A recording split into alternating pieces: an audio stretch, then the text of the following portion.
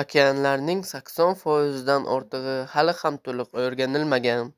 Demak, chuqurliklarda nimalar yashirinayotganini hech kim aniq bilmaydi. Balki aynan shu qorong'ulik orasida tarixdagi eng katta akula Megalodon yashirinib yurgandir. Bu afsonami yoki haqiqat? Keling, birgalikda aniqlaymiz. Millionlab yillar oldin yer okeanlarida haqiqiy gigant yashagan. Uning nomi Megalodon edi. Bu nom qadimgi Yunon tilidan tarjima qilinganda ulkan tish degan ma'noni anglatadi va bu nom unga bejiz berilmagan.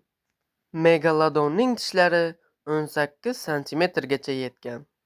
Taqqoslash uchun zamonaviy oq akulaning tishlari bundan ancha kichik.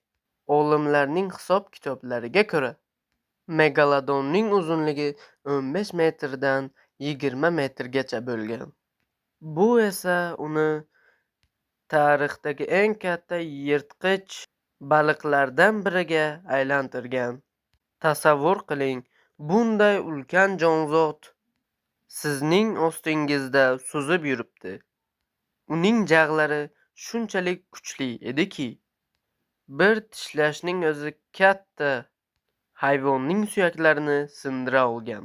Fosillar shuni ko'rsatadiki, Megalodon asosan kitlar, delfinlar va boshqa yirik dengiz jonzotlari bilan oziqlangan. U oziq-ovqat zanjirining eng yuqori pog'onasida turgan. O'sha davrda undan qo'rqadigan jonzot juda ko'p edi. Ammo shunda qudratli yirtqich qanday yo'q bo'lib ketdi? Olimlarning fikricha, taxminan 3,5 million yil oldin yer iqlimi sezilarli darajada o'zgargan. Okean suvlari sovigan va Megalodonning asosiy o'ljalari boshqa hududlarga ko'chib ketgan.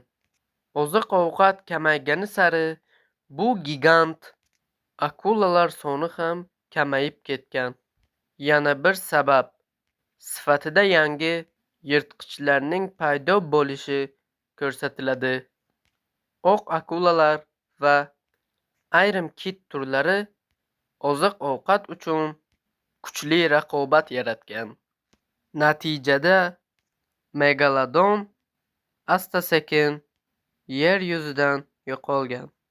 Lekin hikoya shu yerda tugamaydi. Bugungi kungacha internetda Megalodon hali ham tirik degan nazariyalar uchrab turadi.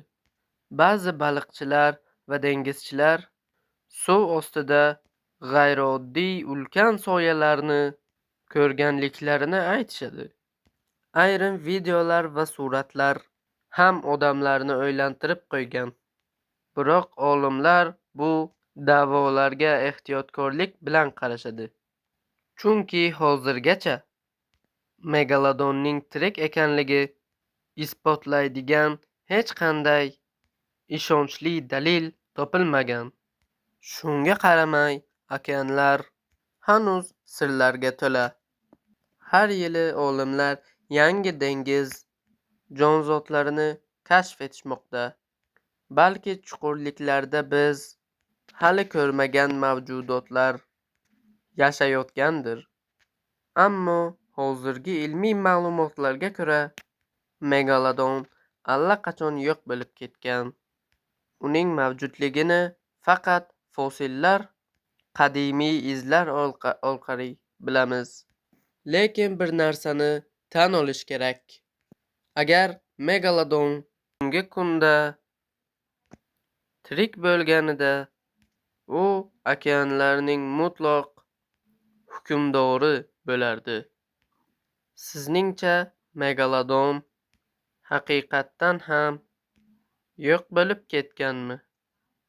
Yoki hali ham okeanning eng chuqur va qorong'i joylarida yashirinib yuribdimi? Fikringizni izohlarda yozib qoldiring. Video yoqqan bo'lsa, like bosishni va Qora quti kanaliga obuna bo'lishni unutmang. Keyingi sirli videolarda ko'rishguncha xayr.